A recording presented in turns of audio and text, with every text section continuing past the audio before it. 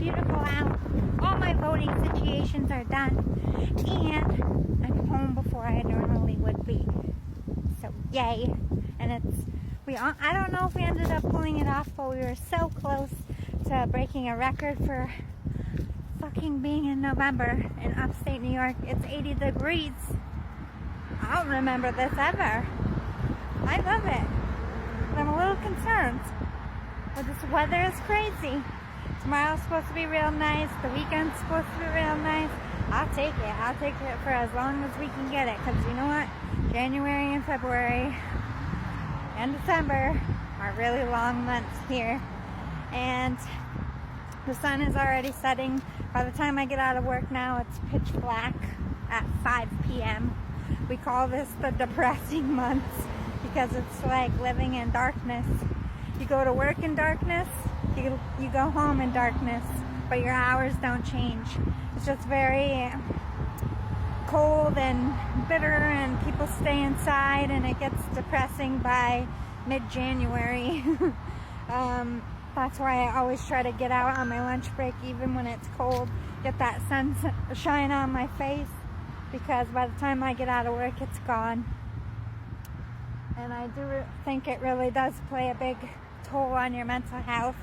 But I have happy news as well. I don't know if you've been following my channel. I've been wanting a treadmill for fucking ever. Just because it's getting cold out and I want to continue to walk my 3 miles. I'm not a die-hard workout person anymore. I just try to do 15 minutes of some kind of workout 3 times a week, and I walk every day except Saturday and Sunday. I usually end up walking anyway because I go hiking. I've been stealing more hikes since it's been so nice. That's why you haven't seen a lot of me on the weekends. I'm either hibernating, writing, or I'm out in nature as long as I can, because this time of year I usually can't go hiking because it's muddy, and you know, half of the time you're trying to get your boot out of the mud. It makes for a long hike. But I got myself a treadmill. It's a very simple one. In my budget, I can pay it off. I put out my credit card, so I'm building my credit as well, so I can slowly pay that off. By Christmas it'll be paid off. That's what I wanted for myself this year. And I'm starting my new fitness regime before the new year. I don't really have a goal. I'm not like super comfy with my weight. I still have insecurities, but I feel really good. I lost a lot of weight. It's really just getting the last little bit of pudge off. But you know, I'm not in a rush either. Like, I like food, and I'm not a die-hard person. And if I want to fucking eat something delicious, fucking eating it. Eating a lot. I am 40 years old. I do not care anymore. I have lived my life with this regime of I need to be in either fight readiness. I need to, you know, be spot on with my dance body. I need to be good for soccer. Fuck that noise. I don't run unless somebody's chasing me. That's the truth. So if I want fucking donuts, I'm gonna eat it. But I'm not a crazy person. I don't want to, you know, have bad health. So everything in moderation. I also get tired a lot with this new low blood pressure issue. A lot of people in this world live with low blood pressure. I think I've always had it. And just being young, I had more energy. And now that I'm 40, my energy and my blood pressure tanks. Like, I'm eating a lot of Jolly Rancher gummies lately, because a part of my low blood pressure, you know, I'm bending and moving all day. I get really dizzy. It's kind of the equivalent, like, a diabetic when their insulin gets low. You know, I feel it in my body. I need something sweet, something sugary. And also, if I don't drink enough water, now I'm starting to, like, I used to go on days without drinking that much water. If I go too long, I'll get dizzy as fuck. But it's just part of learning to manage the low blood pressure issue. High blood pressure is bad. Low blood pressure is kind of bad. So You know, I'm just trying to improve that. Both sides of my family have it, just genetically. They just live with it too. When they get dizzy, they'll eat something like a granola bar, drink some water, sit down for a minute. That's really all you can do. Sometimes you do need medication to manage it, but so far, knock on wood, my heart, I've been, once I got my anxiety in control, a lot of those issues ended for me. It's just like spots here and there when I go too long without food, or if I'm doing too much physical activity, I'll feel my heart like, oh, gotta slow down. The little ticker needs a brakey. So, you know, this year, starting to think about what my New Year's resolution is going to be. I think it's to find a husband. I don't know.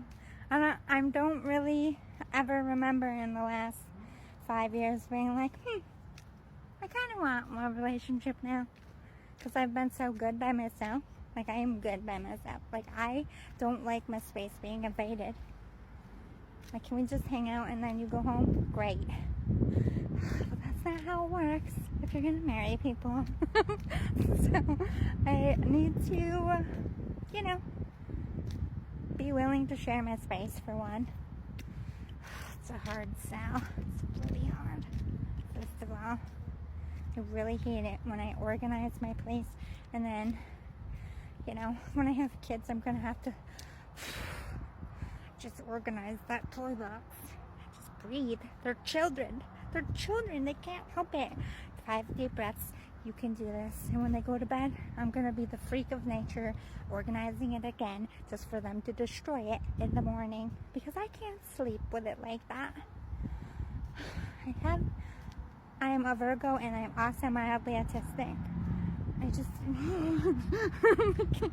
maybe my kid will be like me and be like, you guys are messing up my toys. I had them color coordinated. But like, that's my baby. Good job. You feel me. You get it.